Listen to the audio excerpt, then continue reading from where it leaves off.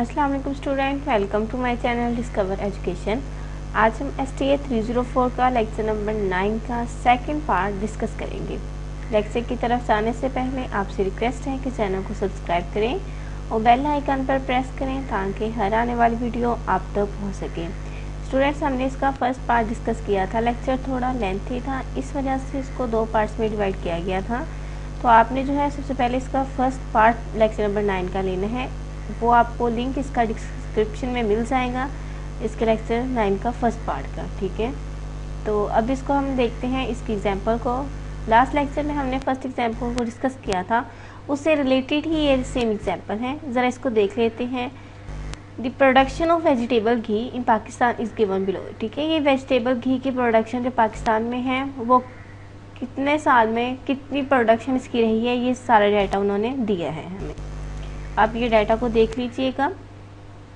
First lecture से आप थोड़ा बोर हो गए होंगे, इसका जो फर्स्ट पार्ट है, क्योंकि वो काफ़ी लेंथी हो गया था। इसको हम इंशाल्लाह कोशिश करेंगे कि 10 मिनट्स में कवर कर लें। ये डाटा आपने सारा देख लेना है। Fit a second degree parabola to the data and estimate the production for 1978 से 79 तक हमने फाइंड आउट करने हैं। ये मैंने आपको बताया था लास्ट लेक्चर में कि ये किस तरह हम फाइंड आउट करते हैं। तो बिल्कुल उसी से रिलेटेड वही सेम एग्जांपल है, जस्ट आपको डाटा चेंज दिया गया है। तो आई होप इसको जो है वो समझाने की ज़रूरत नहीं पड़ेगी, क्योंकि आप जो है वो लास्ट लेक्चर देखिएगा तो वो आपको ये समझ ऑटोमेटिकली खुद ब खुद आ जाएगी।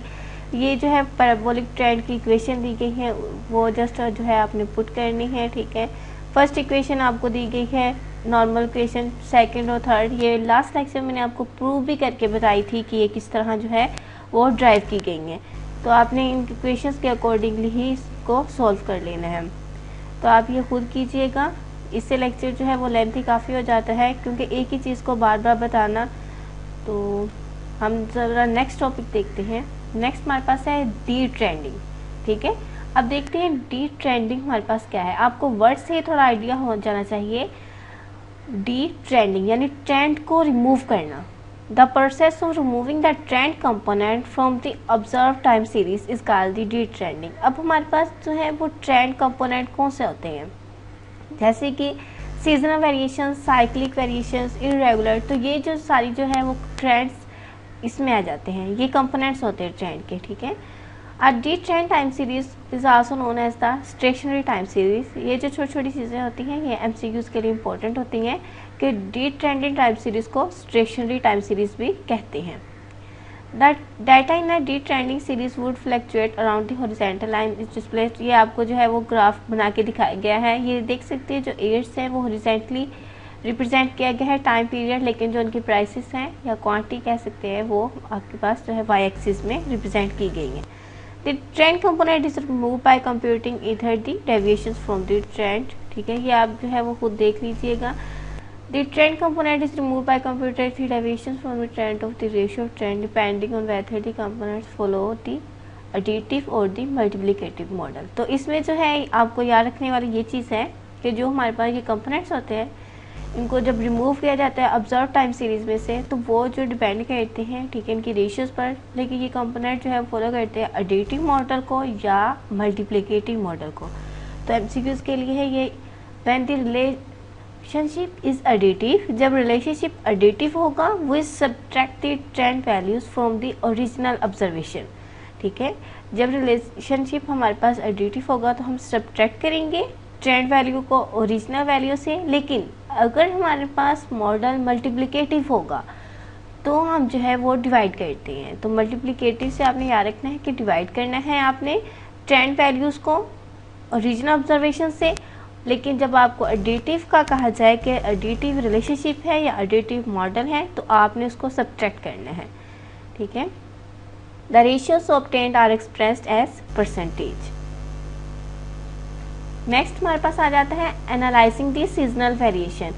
सीजनल वेरिएशन को एनालाइज करने का ये हमारे पास फार्मूला भी है, जो कि है seasonal relatives is equal to original Y observations over corresponding trend values. ठीक है, ये हमने डिवाइड किया, मल्टीप्लाई आपने करना है 100 के साथ। The deviations are called seasonal differences while the ratios expressed as percentage may be also called the seasonal relatives. तो ये आपने जो है इसका फार्मूला याद कर लेना है।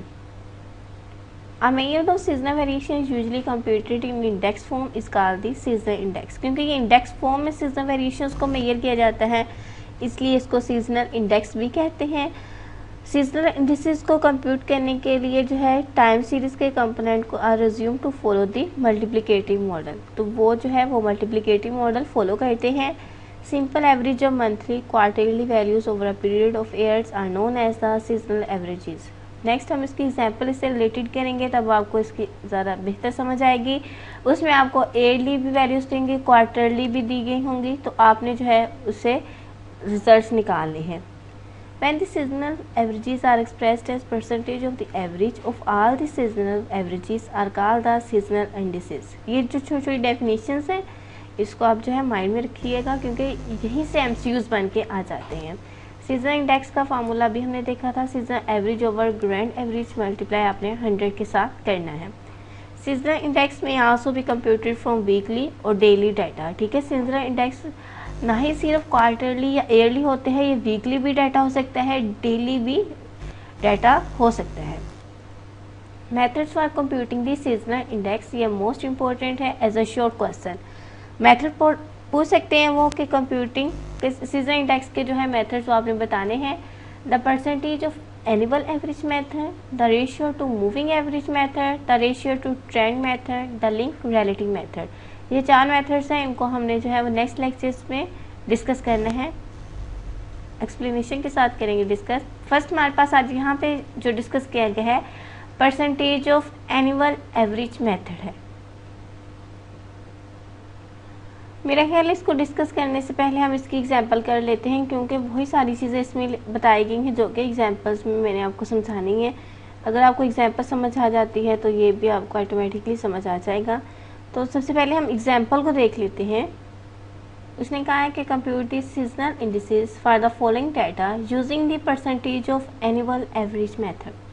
ठीक है, तो हमने कौन सा मेथड यूज़ करना है, percentage of annual average method. आप देख सकते हैं ये हमारे पास ईयर्स दिए गए हैं 1979, 1980, 1981, 1982। ठीक है, यहाँ तक हमें दिए गए हैं और साथ में हमें क्वार्टर्स में डाटा दिया गया है। क्वार्टर्स तो आप समझते होंगे कि 4 हमारे पास है, यानी फर्स्ट पार्ट, सेकंड, थर्ड और फोर्थ क्वार्टर्स में हमें डाटा दिया गया है। अब हमने क्वेश्चन को थोड़ा सा देखते हैं कि percentage of annual average method हमने यूज़ करना है।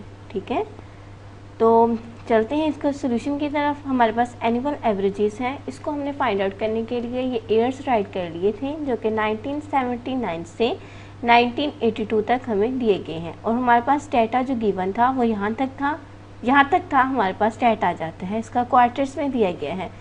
सबसे पहले आपने टोटल करना है। ठीक है, जो 1979 में डाटा हमारे पास दिया गया था 72, 98, 79, 106, आप इसको जैसे ही ऐड करेंगे तो आपके पास 355 आ जाएगा। ठीक है, मैं एक बार आपको करके दिखा भी देती हूँ ताकि आप कंफ्यूज ना हो। सबसे पहले हमने क्या करना है, डाटा को जो है हमने टोटल करना है, तो जैसे हम स्टार्ट से करते आए हैं सिंपली ऐड करना है। ठीक है, साथ साथ आप प्रैक्टिस करते रहा करें, ये तो सब्जेक्ट ऐसा है कि प्रैक्टिस के बगैर आपको नहीं आएगा। प्लस 79,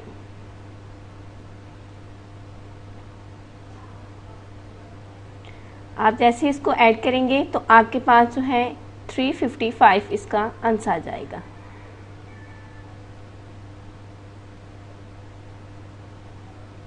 ठीक है,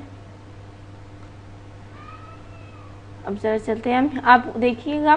नेक्स्ट हमारे पास 1980 का जो गिवन डाटा है क्वार्टर्स में दिया गया है 79.22, 101, 143, इनको ऐडअप करेंगे तो ये आपके पास आ जाएगा।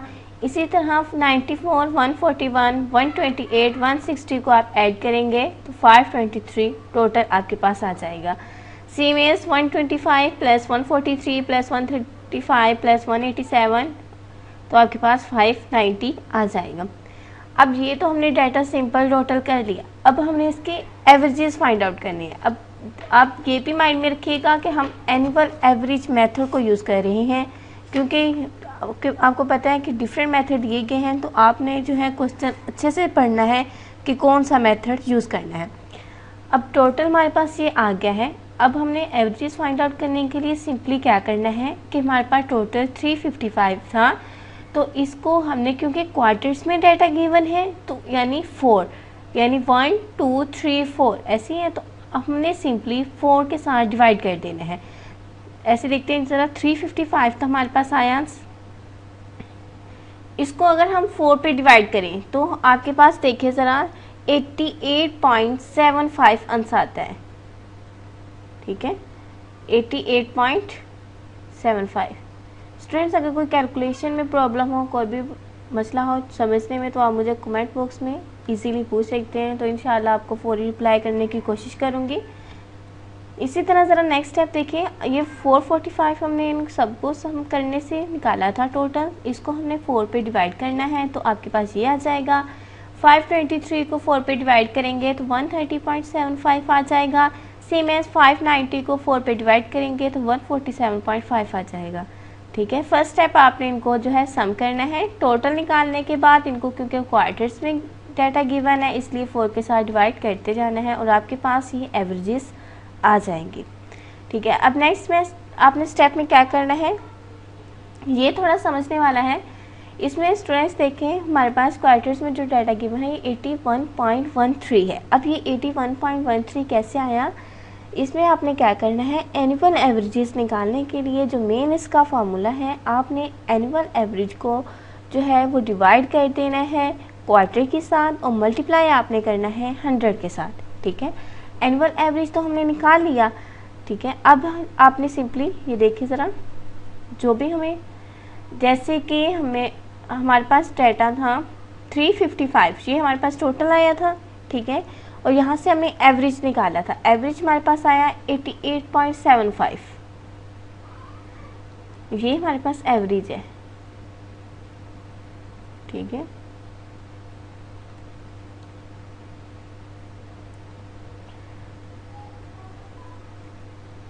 ये आप देख सकते हैं क्वार्टर में डाटा हमारे पास 72 है और एवरेज हमारे पास 88.75 है। तो मैंने अभी आपको बताया है, आपने सिंपली क्या करना है, जो क्वार्टर में डाटा गिवन होगा उनको एवरेज के साथ डिवाइड करना है, मल्टीप्लाई 100 के साथ। ठीक है, एनुअल एवरेज के साथ डिवाइड करेंगे और मल्टीप्लाई 100 के साथ करेंगे। ज़रा अभी हम देख लेते हैं यहाँ पे करके, क्वार्टर हमारे पास है 72।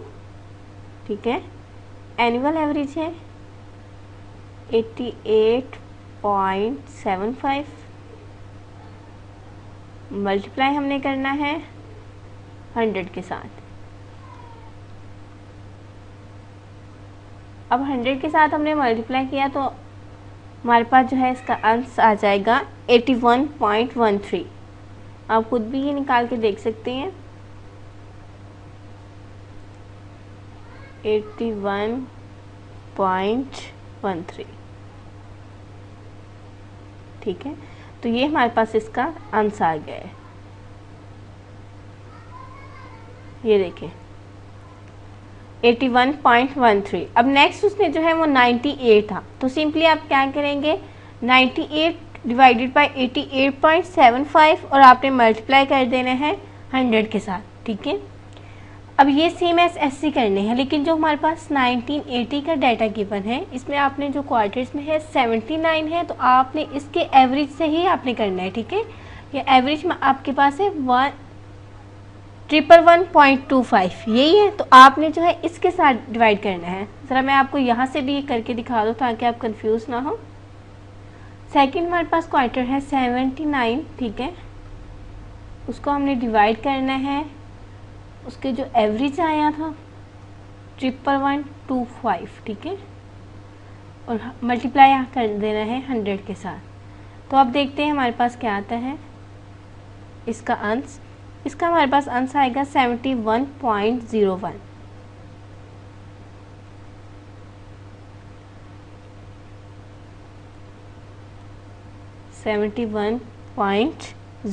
ठीक है, इसी तरह ये नेक्स्ट डाटा दिया गया है 141 है आपने इसको डिवाइड कर देना है 130.75 के साथ, ठीक है, क्योंकि इसकी जो है एवरेज ये आ रही है। सेकंड जो है इसका एवरेज ये है, आपने इन सबको जो है इस एवरेज के साथ डिवाइड करना है। जो हमारे पास 1981 का गिवन डाटा है, इन सबको आपने जो है 130.75 के साथ डिवाइड करना है, मल्टीप्लाई 100 से करते जाना है।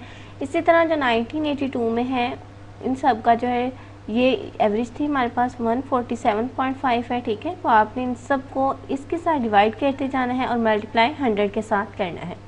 सिंपल सा प्रोसीजर है। Next seasonal indices. अब सीजनल इंडिसेस हमारे पास जो है ये आ गई है। तो ये जो अभी हमने निकाली है ये सीजनल इंडिसेस थी, और जो हमने पहले जो है एनुअल एवरेज निकाल ली थी। अगर वो जस्ट कहें कि आपने जस्ट एनुअल एवरेज निकालना है तो सिंपल प्रोसीजर आपने यहाँ तक करना है। अगर वो कहें आपने सीजनल इंडिसेस को भी फाइंड आउट करना है तो आप इसको इस मेथड से करेंगे। अब नेक्स्ट जो है सिंपल, ये हमारे पास जो वैल्यूज़ आ गई हैं इनको आपने टोटल कर लेना है, ठीक है। टोटल करने का मैंने आपको प्रोसीजर बताया था कि सिंपली आपने ऐड करना है। एक बार आपको मैं फिर रिपीट कर देती हूँ। 81.13 है, 71.01, 71.89 है, इसी तरह 84.75 है। इन सबको आपने सम अप करना है तो आपके पास 308.78 आ जाएगा। ऐसे नेक्स्ट आपने सारे जो है उनको एडअप करना है तो वो टोटल आपके पास आ जाएगा। मीन निकालने का फार्मूला जो है हम स्टार्ट से पढ़ते आ रहे हैं, एक बार आपको रिवाइज करवा दिया जाता है। समीशन x/n होता है, मीन का ये हमारे पास फार्मूला होता है, इसको आप रट लें।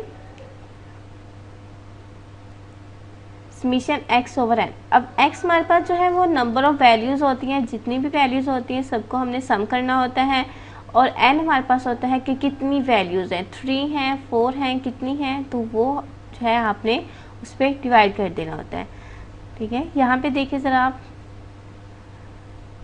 टोटल वैल्यू हमारे पास हमने टोटल किया 308.78। टोटल किया ही इस वजह से था क्योंकि हमने इसका मीन फाइंड आउट करना था, और मीन का हमने अभी फार्मूला देखा है समीशन x है। x यानी नंबर ऑफ, आप कह सकते हैं कि कितनी वैल्यूज़ हैं, यानी 308.78 है, और n होता है नंबर ऑफ़ वैल्यूज़।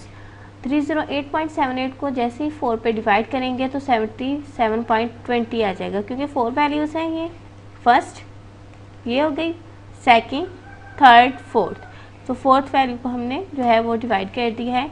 इसी तरह 424 को 0.87 है टोटल है, इसको 4 पे डिवाइड करेंगे तो ये आ जाएगा आंसर। 369.23 को डिवाइड करेंगे 4 पर तो ये आंसर आ जाएगा। 497.13 ये हमने टोटल किए हुए हैं, इसको 4 पे डिवाइड करेंगे तो 124.28 आ जाएगा। तो आपको मीन निकालने के बाद सिंपली आपने इनको सम कर देना है तो आपके पास ये आंसर आ जाएगा, ठीक है। इसको ज़रा हम देख लेते हैं एनुअल एवरेज मेथड, जो कि हमें थ्योरेटिकल समझाया गया था। मैंने आपको एग्जांपल समझा दी, वही सारी चीज़ें उसमें हैं। To eliminate the effect of the trend, compute this simple average for each year and divide each of the given monthly और quarterly observation by the corresponding annual averages, ठीक है। आपको ऑब्जर्वेशंस क्वार्टरली भी दी जा सकती हैं, मंथली भी। जो हमने अभी सॉल्व की है एग्जाम्पल, उसमें आपको मैंने बताया है अभी क्वार्टरली दी गई थी, ठीक है। To take the average of percentage with a view to moving the cyclic और irregular variations and computing the seasonal indices for the purpose, sort out these percentage of months or quarters and find the monthly or quarterly average percentage यूजर either the mean और the median, ठीक है। आपने seasonal indices के find out करने के बाद जो है वो क्वार्टरली या मंथली जो भी हमें डाटा गिवन होगा उसका आपने मीन भी निकालना है या मीडियन, ठीक है। तो अभी आपने देखा था सीजनल इंडिसेस के फाइंड आउट करने के बाद हमने मीन निकालना है। In case of mean discard the extreme percentage and, वही मैंने आपको बताया कि मीन कैसे लेते हैं। तो ये जो है आप थोड़ा सा रीड आउट कर लीजिएगा क्योंकि मैंने सारी वही बातें बता दी हैं जो कि इसमें बताई गई हैं।